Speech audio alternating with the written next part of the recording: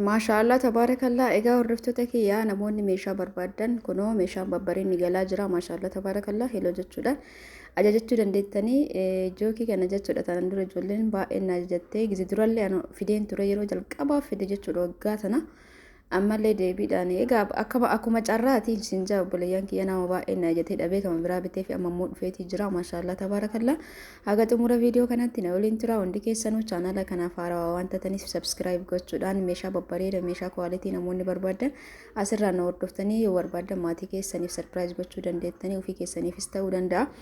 Assalaamu alaikum warahmatullahi wabarakatuh. Jirra jirtu hordoftoota zamuu onlaayinii Itoophiyaa kan jirtan fayyaa keessan qalamanii kananii keessan dalagaa fi ammoo alfakkaat sun jecha bareedu alhamdulillah. Egaa isinii wanti lummuttiin akkan dhufteeti jirti gurra hin qabdu firee 12 maashaallah akkanatti dhufteeti jirti jechuudha. Duraan akkanatti seeriin dhufti seettiin jechuudha.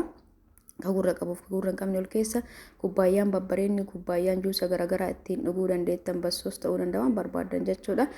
Egaa namoonni barbaadan heloo jettanii ajajachuu dandeettanii meeshaan gizee tokko tokko ni baadaa tanaan dura meeshaa nama hedduutti orderiin bira jira sababa meeshaan hin seeniiniif jechuudha. Har'aan tana meeshaa nama hedduu biteeti jira haga xumuraatti na waliin tura. Akkasumas namoonni majaliisa na ajajataa jirtan uffata duraanii warri naan jettan uffata jajjabaataa kana warri barbaadan kan jiru isinitti agarsiisaa kun akkuma argitan kuuwwan kan majaliisaa hin geenne jechuun muraan kun irraa muramee didiriqqoon ka hafe isinii hin ga'u ka maraa gugurdaa kana keessa yoo barbaadan filachuu dandeettanii amma kan filachiisuudhaaf mana kana dhaqee kaaree 8 majaliisa miraa qabdi obboleettiin tiyya takka yookaan hordoftuun tiyya takka isiin carqiiwwan kanneen keessaa naan jennaaniin isiidha suuraa kaasuu deeme achumaanillee nama biraatiifis jechuudha isinillee yoo barbaadan laallachuu dandeettanii uffanni kun uffata duraatii ka jalqaba dhufe kan majaliisa jajjabinna ka qabu jechuudha gartanii muraawwan diqqaan kunniin ka irraa dalagamee hafe jechuudha. Yoo diqqaa ta'e na hin ga'u muraa baay'ee fakkeenyaaf tarii kana jaaladheen ture garuu muraan isaa diqqaadha kaaree 8 hin ga'u naan jedhanii ka hafe kanneen keessa isa diqqoo isii jira na bu'ee kan markaan namichi qaqqabaa jiru kun samaayyoo sana son taane kaan jechuudha. Akkana isin itti aansuun sahaaniiwwan tanniin akkamitti akka an jaaladhe isii kwaalitiidha. Dhiyoo tana viidiyoo isin waraabee sahaanii meeqa kam keessa tokkichuma natti tolu dhabe jechuudha. Manni kun immoo mana biraati. Manuma meeshaa irraa fuudhu ta'ee kun baay'ee kwaalitiidha. Gatiin isaa qaaliidha jechuudha. Sahaanii fireen 12 qarshii 2500 garuu sahaaniiwwan ni beektan ka hordoftoota kiyyaa viidiyoo irratti walaaltan waluma isinitti fakkaata garuu qaamaani jechuudha murteessaani.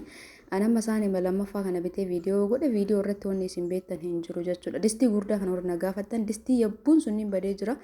Kunniin ni jira qarshii 15,000 irraa kaasee haga 30,000 jira jechuudha. Distiin tokkichi yaa wal taraa miree guddinni isaa akkanan isin jaa namoonni barbaadan heeloo jechuun orderii godhachuu dandeettanii biyyoota fagoo ani geessuu hin danda'u osoo isin dhufin dura asirratti waan nan dubbadhuuf keessaan dhuftanii haga wal jeequrra jechuudha. Fagoo yoo taatanii maatiin keessan dhufee isinii fuudhuu danda'an meeshaa babbareeda qopheessee roototti isinii rattabee sirreessee maatii keessanii isinii erguu danda'a yoo dhufanii namni isinii fuudhu jiraate yoo namni dhufee isinii fuudhu hin jiraanne immoo biyya fagoo geessuu hin danda'u dhiifama wajjin kaluu isinii geessa asallaa sagureen itayyaan dheeraa biyya dhiyoo isinii geessa jechuudha. Kana yoo jedhu biizii waan ta'eef hordoftoota kiyya kanaaf akka na hubattan abdiin qaba. Ani geesseef maatilleen dhufee fuudhee tokkuma kontiraatumaan deemama waan ta'eef makiinaani tokkuma jechuudha. Isinii wanta illee barbaadan kun ofirree 12 kana dhuftee jirte nu barbachuuf hin jaaladhu ta'uu gurra hin qabne tanneen garuu faashina kana dhuftee jirte. Wanni tokko kaameshaan takka akka duraanii sanitti amma wannan dhabe maan kafannoo san ka duraan dalagu saniin dhabe wallahi baay'ee ture isa eeguuf deebee meeshaa qimamii keessa naqatan kanallee yoo barbaadan jajjabinni isaa hin beeku garuu kanatti akkuma suurarraa kana jira jechuudha. Mee baniin natti agarsiisa jedhaanii yoo naa bane kubbaayyaawwan babbareedatu jira. Kubbaayyaa muuqiif isinii ta'uu danda'a waan garaagaraa kan itti fayyadamuu dandeettanii isii tana baay'ee jaaladhee jira. Ani garuu kubbaayyaa hedduu mana qaba garuu natti toltee jirti maashaallah ni bareeddi kurree qabdi. Egaa deebi'eemmi kunniin illee jiranii egaa kunniin ka mana juusaatti yeroo baay'ee ka argitan ofii keessanillee mana keessan keessatti itti fayyadamuu dandeettanii yeroo takka takka juusii gizee godhattan jechuudha. Kun immoo kan ittiin tuutanidha. Halluu garaagaraatiin jira. Kubbaayaan kunniin immoo kubbaayyaa laastikii osoo hin ta'in kamaayikaati. Burcuqqoollee miti laastikillee miti kamaayikaati jechuudha. Warri barbaadda yoo jiraattan wanta akka takka isinitti agarsiisa jedheeti. Namicha natti agarsiisa jedhaanii ture gafuudhi wanni kana jechuudha.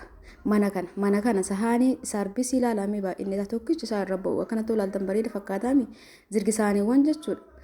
Kun immoo istiimariidha mana keessa waan garagaraa itti naquudhaan mana keessanii fi wanni isiniif istiimariidha jechuudha. Magalatti saanii zirgisaanii ilaalamee baay'inni zirgisaanii mana kana yookaan ilaaltan maashaallah akkam akka bareedu ilaala.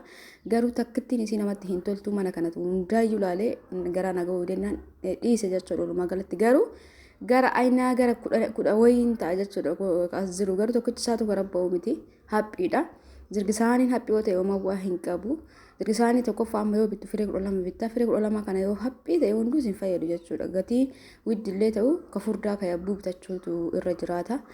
Mana kana wannan isin akkana isinitti himee fi akkana yoo ilaaltan hunduu bareeda fakkaata garuu tokkichaa yoo asii hin binne maabiluma kiyyaa garuu maashina juusaa minaamin irraa fuudha mana kana keessaa jechuudha. Meeshaan qabate garuu naggaadeen waan meeshaa gatii qannasu waan barbaadduuf ka gatiin qannasu galchaa jechuudha. Achumatti naggaadeen baastee warri gurgurtu isaanirraa baasti. Kana waan ta'eef natti hin tolle jechuu barbaadeeti. Garuu yoo viidiyoo irratti ilaaltan hunduu bareeduma fakkaata. Faqimamee kana tokko gabbuu sinatti agarsiisa jedhanii akkaataa itti fayyadama isaa. Kama garagaratti kurree qabu san wayya natti fakkaata. Kun yoo tabalaashaa'edha.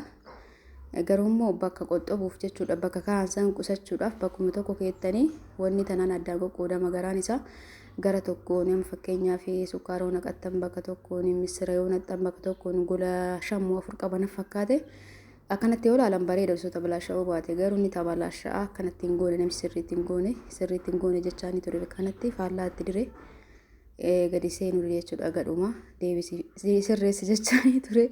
Eegasii wanni tanaan achi yoo tuxxanii kana jala keettanii akkanatti itti qicattan jechuudha waan achi keessa jiru sanii.